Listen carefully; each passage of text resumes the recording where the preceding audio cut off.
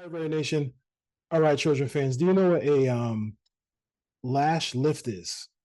I don't know what that is. I can tell you what a pin and pull is. I can tell you what a cover two defense is, but I don't know what that is. But you know who knows what that is? Your girl. So your significant other, your wife, your fiance, they know what that is. So why don't you go to Instagram, go to Christine's Beauty Bar, check out Christine's Beauty Bar on Instagram. Promo code right on the bottom, PORSBR, and get 20% off her services. That she will take care of that part of it, and then you can sit down and watch the game.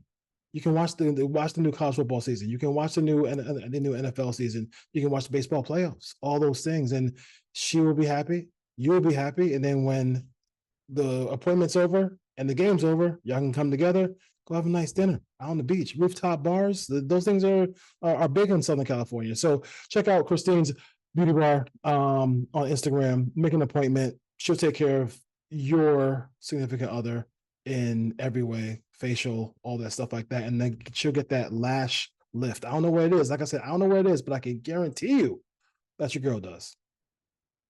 Minshew goes under center. Madison, the tailback, play action off Alexander. Minshew throws right, guy there, caught, touchdown, Las Vegas Raiders. They're going to push with the tight end and back of the quarterback. And Aiden O'Connell has his first NFL touchdown. Welcome to the Put On Waivers Media Group, home of the Put On Raiders podcast and the Student Body Right podcast. This is your place for the best breakdowns and the best insight for those who fight on and bleed silver and black. Now, here are your hosts, Dwayne Douglas and Ryan Holmes.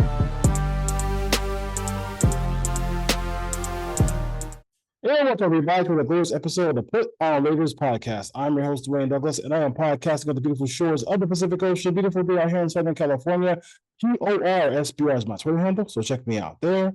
We have our guest on today, Matt Holder, Taped on Live, Bleacher Report, all those good things like that. M Holder 95. You can definitely check him out there. Good breakdowns with him and Marcus Johnson. How you doing today, Mr. Holder?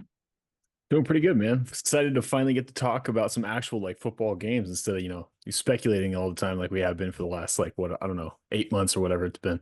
I appreciate you coming on because I did need to actually put down the PS5 controller because I was playing way too much college football. The game is really addictive. The game is incredible and it's addictive as hell. So I'm got some time to really sit down and talk to you. But so the Raiders play the Vikings. Obviously, nobody wants to beat around the bush, so they want to hear your thoughts about the quarterback situation and how they played in this game. So you had Aiden O'Connell started, then followed up by Gardner Minshew, Anthony Brown. We won't talk about that, but the first two guys. What are your thoughts about how they played? Yeah, I mean, I thought it kind of symbolized how both guys kind of are. I thought Aiden O'Connell, I thought he played pretty well for the most part. I think the play or the throw that stands out the most from his performance was that third down throw where he felt a little bit of pressure, stepped up in the pocket and threw a nice strike to Jacoby Myers, hit him right in the chest to pick up the first down, which is, I think, something, if you ask any Raider fan, you wanted to see from Aiden as far as growth from this year to last year. At the same time, he didn't make a ton of other real noteworthy throws, but he was efficient, right? 7 and 9 for, I think, 75 yards or whatever it was.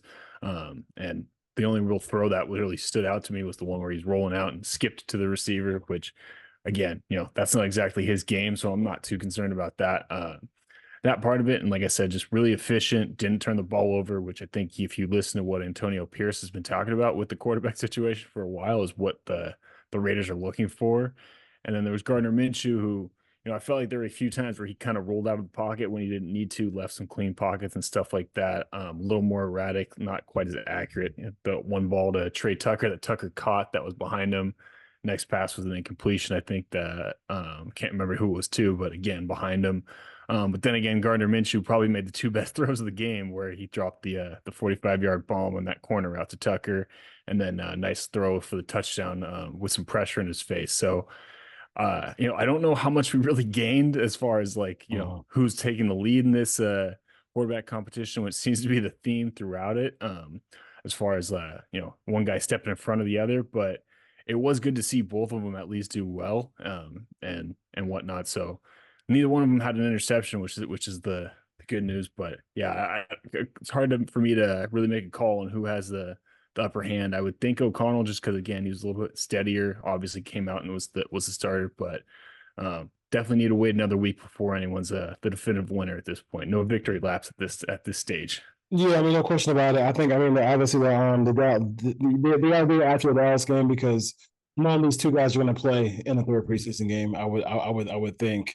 Right. Do you think maybe because those moments happen a lot in games where like you just need to be able to make something happen? Do you think maybe like the mobility of Gardner Minshew, if they can kind of continue, that might be something that where the off script play that you see some of these quarterbacks make nowadays might be a deciding factor? That's definitely, I think, the advantage that Gardner has over Aiden O'Connell is he has a little more athleticism and he can make more of those plays more often than someone like Aiden O'Connell can. My issue with Gardner is like kind of what I was talking about earlier is with that, you also get the plays that he leaves clean pockets where he doesn't need to. Like it's funny to me when I hear people talk about his pocket presence because he does escape pressure, but he also does it when he doesn't need to, right? So that's where I kind of like get a little bit nervous with him. And on top of it too, like when you talk about a lot of the guys that make those off script plays, the Patrick Mahomes, the Justin Herberts, the Josh Allens of the world, the common theme with all those guys is they have huge arms and cannons and that they can make those throws across those body. And that's just not what Gardner has. So that's where I get a little hesitant of like, that's something that's going to give him an advantage because for me, it's one, you take a lot of negative plays with him doing that too. And two, I just don't know how sustainable it is with his lack of arm strength to be able to do that. But it's definitely his advantage if that's what you're looking for, if that's what the Raiders want out of this offense, is if they want someone who can create those off-script plays and be a little bit more athletic in the pocket and maybe even run a few plays in the running game and whatnot, then Gardner's your guy over Aiden O'Connell. It's just you got to live with all the negatives on that side of that things too. And I was thinking too while I was watching him before poor Harrison got his life destroyed on the sideline. Also forgot about that one.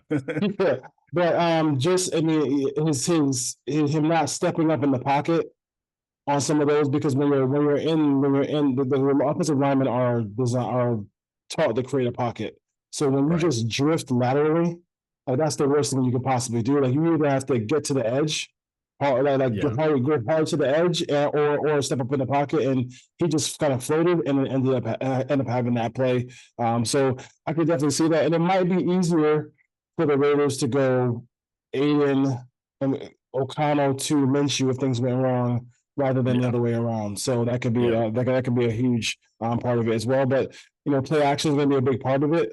A big part of this offense. What are your thoughts about the running game after Zamir White? Because I'm a little. I mean, I saw Cam Akers out there. I thought maybe the Raiders would kind of float something with Cam Akers. But what are your thoughts about the running back situation after Zamir? Because I get a little worried about that part of it. Yeah, I mean, I'm optimistic about Zamir's outlook. I really like the way he finished last year. This past game, I haven't gotten a chance to really dive into the film too much. No. Marcus is grinding away on the offense, so don't have a great take on him. Yeah. But I feel like he was mainly efficient. From what I've seen, he was getting 4 or 5 yards per rush on Saturday, and running forward and doing all that stuff. I do have the concerns like that you're talking about of him maybe not being dynamic enough to run the wide zone that they seem to be talking about and seem to be high on. So that's kind of always been my concern with him. My thing was that I'm not so much concerned about Zamir, but I thought about the running back room after him. I'm sorry. Gotcha. Yeah. Sorry, I misunderstood you. Yeah, I mean, I think for me, like, I'm not the highest on Alexander Mattison, but again, it wasn't anything that was too bad on Saturday or anything like that. I'm interested to see what Lobby can do. I do think he's can be a good third down back what they've been using out him in camp. But yeah, it's definitely. There's some parts that are kind of like unsure right now. Like if we're relying on a rookie sixth round pick from an FCS school. Yes. I don't know how comfortable that is, like at least on paper going into the season. But I think the arrow is at least pointing up for Zamir that to create some encouragement, and who knows, maybe Madison can at least be that guy that spells him every now and again, and either Abdullah or Lobby end up forming a pretty good committee back there. I know the Raiders have a lot going on offense, and I thought I'm talking about Getsy and the play calling as well next. But I would like to see Lobby against some ones, to see, if he rushes the football, then maybe he gets it behind the first team offensive line, screen pass, something like that, just to get something going. As far as that goes. What are your thoughts about Getsy? I thought it was the first time I kind of felt like I'm comfortable with, I mean, I know it's like not, I know Flores is not game planning in this Right. game, but I mean, very few penalties in on the huddle, things like that. What are your thoughts about him calling plays? Well, I think one of the best things you can say about Luke Getsy as far as Saturday goes, they had 4 scoring possessions on the first 5 with 2 different quarterbacks in the game. So I think that's definitely encouraging. I was really excited about the play he drew up for Brock Bowers on that like rub route where Bowers ended up being wide open. So I thought it was definitely an encouraging sign from Getsy, at least from his first game. But obviously, don't get to see too much in the preseason. They keep it pretty vanilla. But Mm-hmm. again, scoring 20 points in the first half with 2 different quarterbacks, a, that's a good deal from your offense. And I mean, as we saw with the Josh McDaniels era, scoring 20 points isn't exactly the easiest thing to do in the world with your offense. Well, it's a little bit easier when you're not Also true. calling when you're Yeah, not JMD. So as far as that goes, also true. he is tough. Rich though. Raiders rookies. What are your thoughts about the Raiders rookies going performance in the first ball game? Yeah, I mean, Bowers was one of the guys I thought had a good day. I mean, 2 catches for about 25 yards. I think both went for first downs. And then on top of it too, it probably speaks to Getsy a little bit more than it does Brock Bowers. But being used in in a bunch of different ways in those first 2 series. I think he was lining up at fullback and whatnot and all that stuff. So I was liked what I saw from him. Let's see. I think the rookie corners had a little bit of a struggle on Saturday. I think Devonshire committed the cardinal sin of getting beat deep in cover 3, Yeah. which can happen. Ended up giving up a 45-yard touchdown.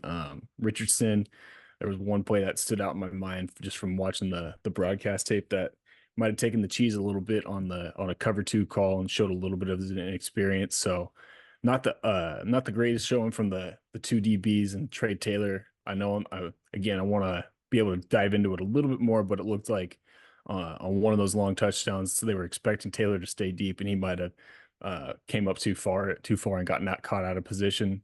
And then Glaze, Glaze to me was probably one of the more disappointing guys I think Mhm. from this rookie class. So just on Saturday, because we heard a lot about him playing well and playing well in pass protection, which was encouraging because that was one of the areas I thought he needed to grow coming out of Maryland. And then in the game on Saturday, he ends up getting oversetting pretty hard to the outside and getting beat on an inside move for a sack and one of those first possessions in the second half. So not the greatest showing, I'd say, from the draft class.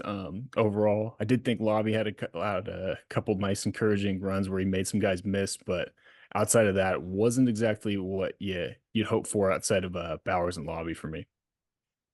As far as the cornerback room goes, they have a lot of different bodies there. A lot of young athletic pieces, different body types, things like that. Do you feel like at some point before the season starts, there are some names out there? Would they consider signing a veteran corner just in case? Because I love 18. I think he's been fantastic. But like if anything ever, high ankle sprain, God forbid, anything happened when he was Yeah. out for a couple of weeks, you're looking at Richardson and maybe Bennett playing corner.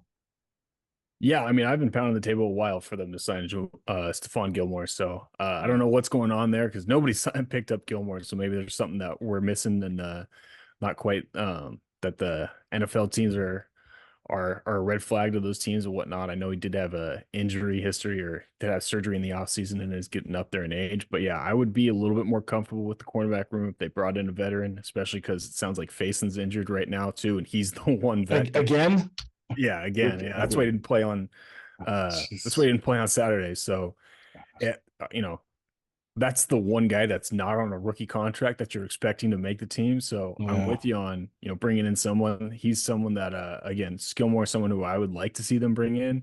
Mhm. We'll watch in the coming days to see if maybe someone gets cut that's on their way out. I don't know if the Eagles, what their plan is with like a guy like James Bradbury, who's played for Patrick Graham in the past. And I know Bradbury's playing safety and didn't have a great year last year. But again, like you talked about, it's a young group where, if you're looking at them going into the season, maybe having a veteran at least on the bench that you can turn to, that you can have a little bit more confidence in, wouldn't be a bad idea. But I did like the one possession or two possessions that Ja'Cory Bennett played. He ended up having Yeah, getting that that's pass all. breakup at the Yeah. end zone. So that was encouraging. But again, like you said, it's a lot of guys who you don't know a whole lot about. And you're not exactly confident in going into the year.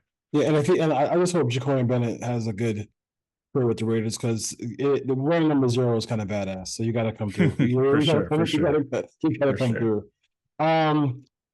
Kyrie, everybody's gonna talk about him until like they can kind of see what they really want to see from him. I think this is a year where like when it's 3rd and long and if he's on the field, like that's with Kuntz, Wilkins, and Crosby, you would think that this is a time where he should be able to get some pressure on the quarterback. What are your thoughts about him? Because I mean it's because they're going to be in a situation I think this offseason, right, where I think Hobbs, Jones, and Kuntz are all free agents. So they gotta think about like, hey, if we let Kuntz walk, can Ty come in and actually perform to that level? Yeah, I mean, I will say, as far as this year goes, I don't quite know what role Tyree Wilson's going to have or how big of it's going to be because of the Yeah, four starting defensive linemen that you were talking about. And on top of it, Adam Butler proved to be a pretty good third down that's good. specialist That's good. on the inside. So, if you have Crosby, Wilkins, Butler, and Kuntz out on the defensive line, I don't know where Wilson ends up fitting into that. Right now, you're hoping he's your fifth defensive lineman and that backup defensive end that just comes off the bench whenever Crosby or Kuntz need a blow. But yeah, I think to your point, you definitely want to see some growth from him as far as Saturday went. I can't say I noticed anything too bad from him. He just didn't really stand out in either direction for me. Yeah, And the guy that actually stood out a little bit more from him was Janarius Robinson. Robinson. Yeah, I thought he had a couple pressures and kind of, again, for at the very high level glance, he kind of outperformed Tyree Wilson and from what I've seen so far. So that's not exactly great for the old number 7 overall pick last year. So I'd like to see him take a step forward because, like you said, if Kuntz does end up walking, which is a real possibility, especially since they haven't given him a contract extension just yet, then obviously he'd be the next guy up. But it's tough to call right. It's tough to call right now with him for sure. A couple more with Matt Holder. Before I let you go, but your biggest concern, they call you up, AP calls you up and says, "Hey, I like your stuff, I like your breakdowns." What's your biggest concern with the team into in 2020-2024? I think one just on the defensive side of the ball, I think we talked about it too, the cornerbacks, and that's just being a young group Yeah, overall. I will say Ja'Cory Bennett.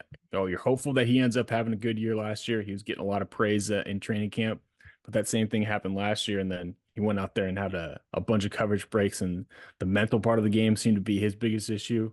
Now the other side of the coin is, that stuff's easily fixable, and he has all the traits. It's just again, are you that confident in him being able to put it all together, that you don't need to bring in a veteran at corner and whatnot? And then the other side of the ball, it's going to be that left guard spot. I'm not as worried about Colton Miller's injury. I don't think he needs to be in training camp all that much right now. But I am APJ. very worried about Cody Whitehair maybe starting at left guard, and like to see Jackson Powers Johnson take that over and really help out the run game, especially, and just be an upgrade overall over Whitehair. But again, JPJ hasn't practiced yet in training camp, and he's a rookie who needs those reps. So that's kind of my biggest concerns as far as going into the season. Hopefully Powers Johnson gets back on the field this week. I think AP was saying they were optimistic he would get back there, but said the same thing going into last week too. So not exactly an encouraging sign from JPJ so far with him not being able to get on the field. So those would be the two biggest spots that I worry about defensively at cornerback, and then left guard, and hopefully getting Powers Johnson healthy soon to alleviate the latter. It's the Raiders like to once in a while dabble in these guys who take sabbaticals rookie seasons. I tell you, that's Yeah. one thing I could do it. Yeah. Just go for funny things like from the broadcast, like the Viking broadcast, they just cannot stand Daniel Carlson. I think it's hilarious. Yeah. How it's hilarious, It's funny.